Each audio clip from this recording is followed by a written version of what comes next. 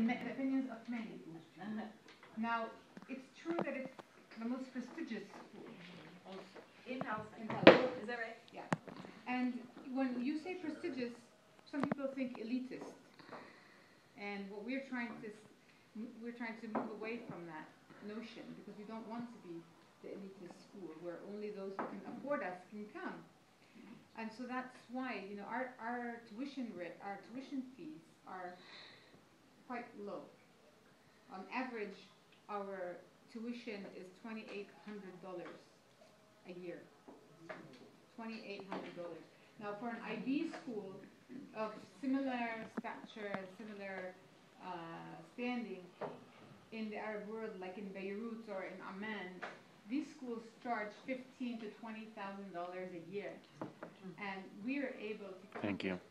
at $3,000 or $2,800 because we want to be true to the community. We started off as a community school, and we want to continue that. Now that makes it very difficult for us financially, but I think we're willing to, you know, fight it out financially rather than, you know, jerking the tuition so high that only those who can afford it can come.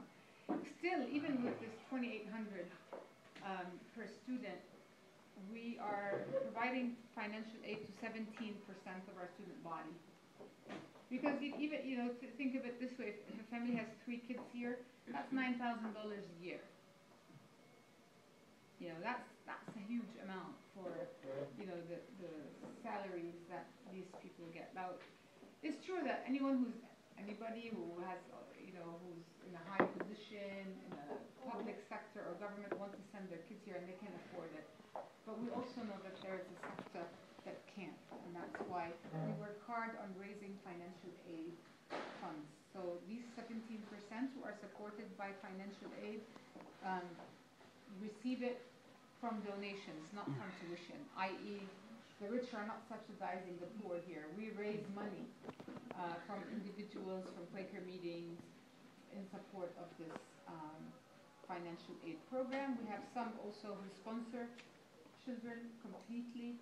You know, they say, okay, we'll sponsor some churches and meetings or individuals sponsor, you know, one child, and we know that this is coming sometimes until they graduate.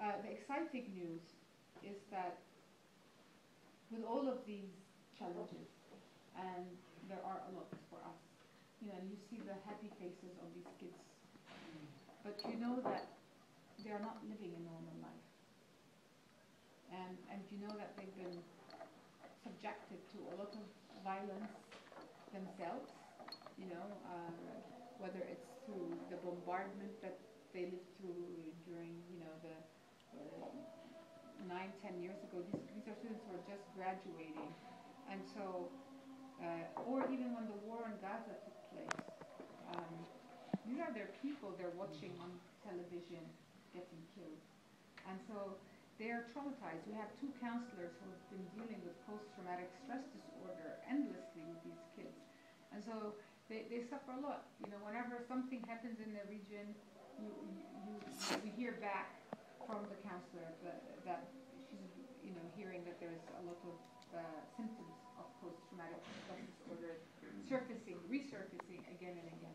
So what we do is we tell our students that regardless of them being surrounded by a wall, regardless of the inhumane, unjust situation that they are living under, that this is a place that we say tries to give them a little bit of their dignity back, a little bit of, for them and for their parents.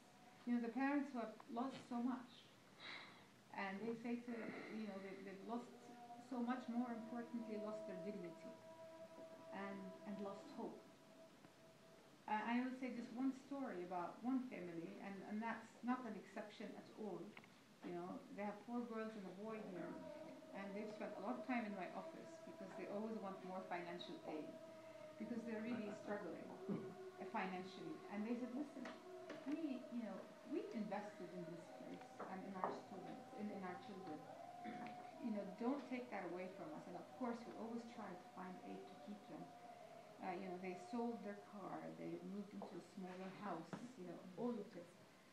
And then, their daughter, 2 years ago, wakes up at night and says that she received her college acceptances. And she's like, full ride, full scholarship. Is it going to be Harvard or Yale? Oh, jeez. And this is the type of difference that this school is making. I mean, these students, and I'm not saying this is an exception, but for parents, this is their hope. Education. My daughter is going to be fine. She's going to be educated. She's going to be a good human being. I'm going to invest in her. Okay, despite what's going on around us, despite occupation, and they will do anything in their power to get their kids here. I mean, every year in February, in March, when we have admissions for kindergarten, I want to run away because of the pressure and my phone ringing and this and that. It's amazing, the pressure. And I know it's not because it's just prestigious to be here. It's because they know this is their ticket for their kids. This is their ticket to a normal life, So we raise money thanks to your U.S. taxes and mine, because I'm also a citizen, from USAID. And we have nice buildings, and you will see now. And a lot of people say, oh, this is such a plush school or whatnot. And so our students don't deserve it. I mean, we have an artificial turf field that we just raised money for, and we're now putting a track around it. And some Americans who visit tell me, well, this is like, we thought the French school was like really, very rudimentary and, primitive, and look at you, I'm like, yeah. And so, where does your child play in the United States? On grass, maybe? And so why can't our children play on grass too? And so this is the place. That's why I say it tells them you have the right for this, and gives them the hope back in life, and gives them all these opportunities. We have about 35% of our students who graduate end up going to North American universities. Many of them with full scholarships, and it's not far-fetched that Harvard would take 2 and Stanford would take 1 and Brown another, and MIT would take 1 year. MIT took 3 of our students, from 90-some graduates, for Harvard to take 2 and MIT to take 3 from 1 graduating class. That's just amazing. And also they go to Quaker colleges like Guilford and Earlham and Swarthmore and Bryn Mawr and all of these. So that's the type of difference. Then we have about 30% who go to regional universities in like Amman in Jordan, or in Cairo, or in Lebanon, to the American university there. And then we have another 30% who stays here and mainly go to Birzeit University. That's the makeup. Okay? Yeah. Do you follow how many of these kids return to this community after college? Yeah, we don't really have much data, but we have some estimates that we feel that maybe 60-some% do return. Some of them don't return right away because they want to get some job experience, but then eventually they come. I'm just so delighted when I see graduates come back even after 20 years, so which is really nice. And they come and visit, and this place, and I know it sounds a little, I don't know, but I'm not exaggerating when I tell you that the overwhelming majority of our graduates who come here and talk to me tell me that they wouldn't be who they are or where they are if it weren't for this place. And that's, I mean, what else do we want more than that? It's this testimony of you made a difference in my life. And so it's so important that this place continues on. And so we work hard. We work hard, and we have a wonderful team of administrators and teachers who are so committed to these kids, and we hope to continue for 150 more years. Yeah. Our tour agent, Raji Puri, over Shepherd's Tours, was a graduate of here. Is he? Probably about 70 years ago. He's 85.